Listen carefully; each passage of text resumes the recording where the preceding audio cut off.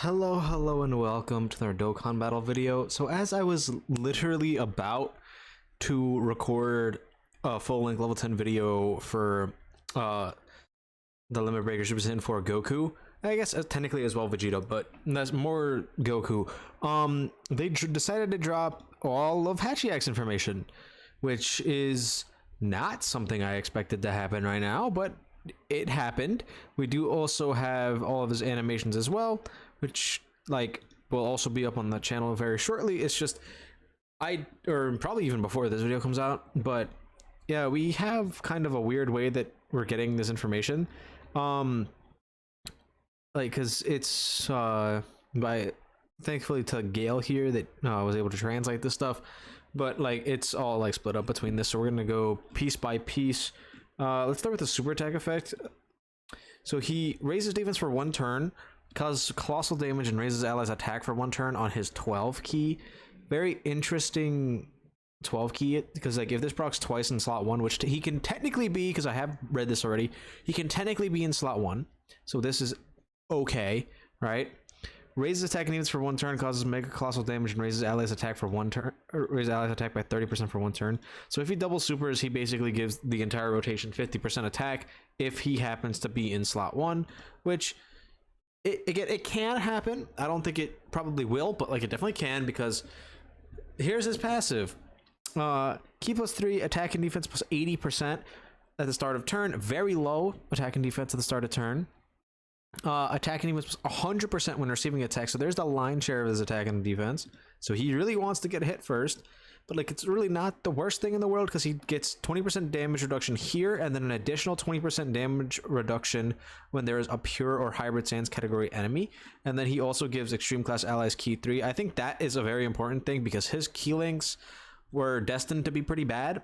So if we look at him, he has Berserker, Big Bad Bosses, Tough as Nails, Hatred of Sands, Fear and Faith, Transformation or Transform, Legendary Power. That is not what we would call good here in the industry, and by the industry I mean in general. Let me just, yeah, here we go. This is the easiest crossover category ally we can find. Hello, nice scroll, please, thank you. Crossover, because where is he? HATCHIYAK. Yeah, because I believe what his links are, yeah, for keys, Hatred of Sands and Fear and Faith.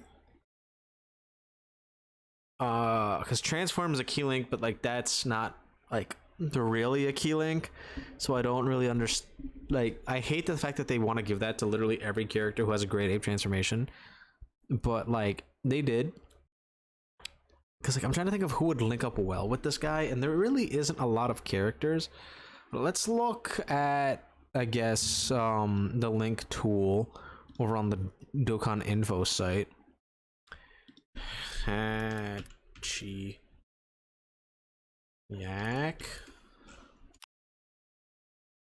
What if I just type in the word super H? There we go. Yikes.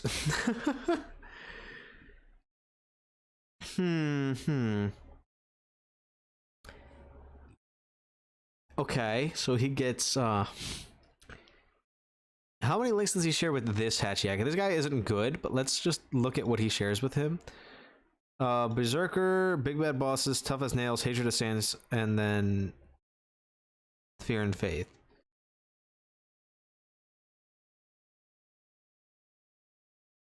Well, he has 5 links. You link him up with physical HATCHIYAK, and they'll be good. They can link together, because this guy is HATCHIYAK, or Super HATCHIYAK Giant, I believe is his name. Yeah, Super HATCHIYAK Giant. Again, I was right. He is a giant form, key 3, 130%. The funny thing about this guy is we won't be able to rainbow him probably for another year from today, or from whenever he comes out. So that's gonna be quirky for good old HATCHIYAK. He definitely seems quirky. He's a little funny, goofy unit. He seems to get 3 key in his giant form though, so that'll be nice. I don't know what this other part of the passive is, because it wasn't translated by Gale here. So I don't really know everything about this Hatchiyak in general, so it's gonna be a little interesting. He raises his attack on super attack when he's giant. He does something else here. Again, I do not know what this other part is, but he does get 3 ki while he is giant, so it'll help him at least get that 12 ki. The thing about Hatchiyak is he actually has like some decent animations, like surprisingly good.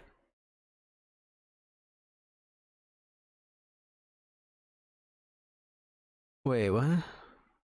It's changing orb type. Oh.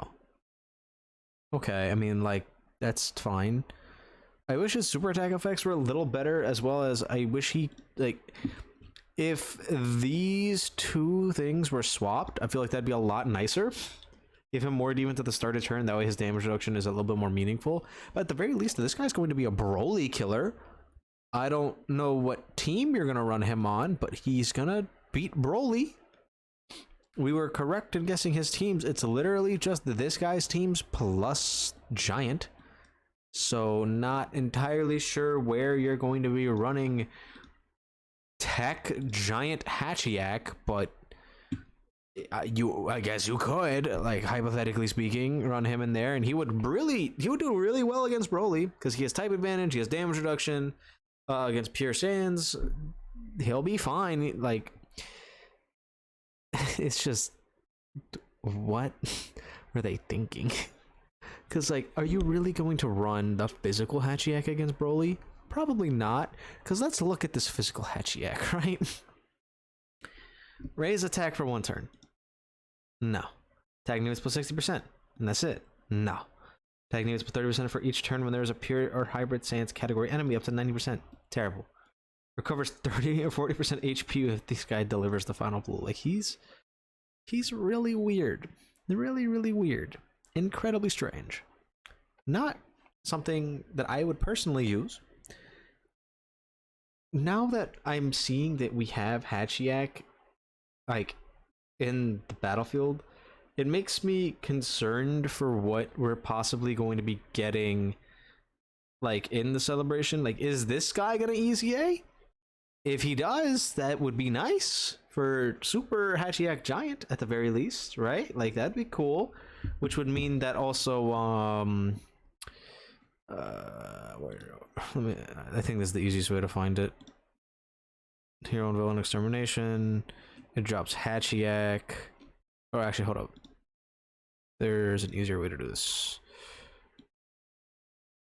If we go here, the required characters list.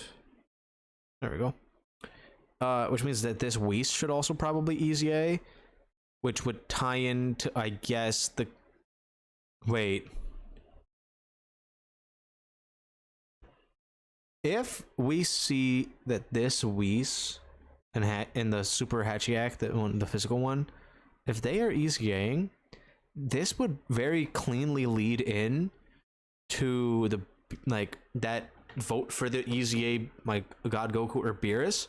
So that could technically mean that the Christmas LR could probably be God Goku of some kind, like from that movie.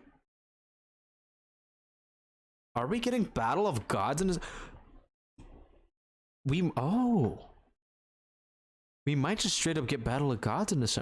Everything has now, like, woken up within my brain. Like, if this guy is in the news with physical Hatchiyak as an EZA, expect Battle of Gods joint celebration in December at some point. Because what they could do is, even though I know that they voted on global, if it's a joint celebration, they could just give us the one that lost, like on JP. Have global get the one that won, have JP get the one that lost, and then, like, we swap or something later. Like, that would be fine, I think. Or just give it maybe like a week or so. Like, I don't know how many months it would take for them to do that, but, like, I could definitely see that happening. Maybe that's what their plan is with this Battlefield Hatchiyak, because usually these things relate to what's happening. So I'm going to assume that this guy's going to EZA along with that Whis, and we're going to lead into Battle of Gods stuff.